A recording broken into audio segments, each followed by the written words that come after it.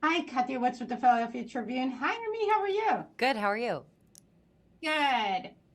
Oh, I still wanted her to fight more for Danny. I was like, girl, we're just giving away our kids. But I understand. Because what did you feel like when you read that scene? Because as a mom, I just was like, when are we getting in the fight? When are we fighting for our child? What is happening? It was giving me a little bit of anxiety. But once I got out of my feelings, I was like, I kind of get it, but low key, I'm like a little bit upset with her. Are you talking about episode 9? Yeah, yeah. And just over in the beginning when I first meet her, I'm like, we first meet her, we're seeing the signs of what is happening with Danny, right? So we're like it made me anxious. I wanted her. And then also when he moves out, the way she's kind of like not engaging, or I'm just like, what is happening here? But I get it. But we're going to be upset with her. You know, I think the show takes place in 1979, and I think my takeaway was we are all a product of our upbringings.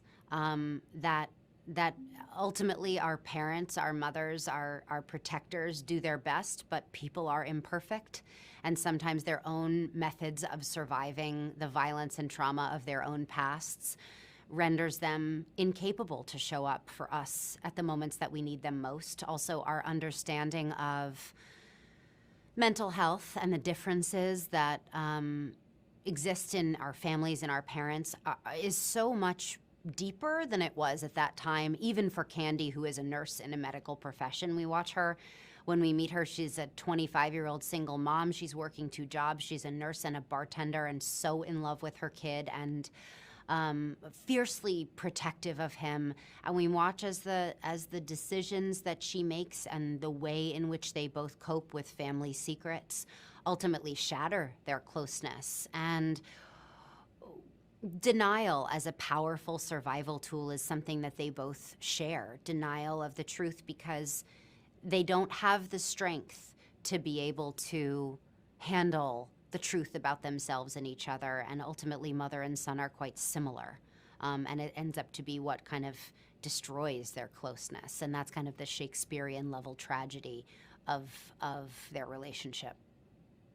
I would agree because I think they're both grieving, but instead of helping each other, they turned outward. Would you say that? Yeah, I think we both watch them kind of descend into themselves and try to survive what Candy ultimately says in episode 9 is the world is a cruel place and it's not for those who are tender. And I think that there is a way in which,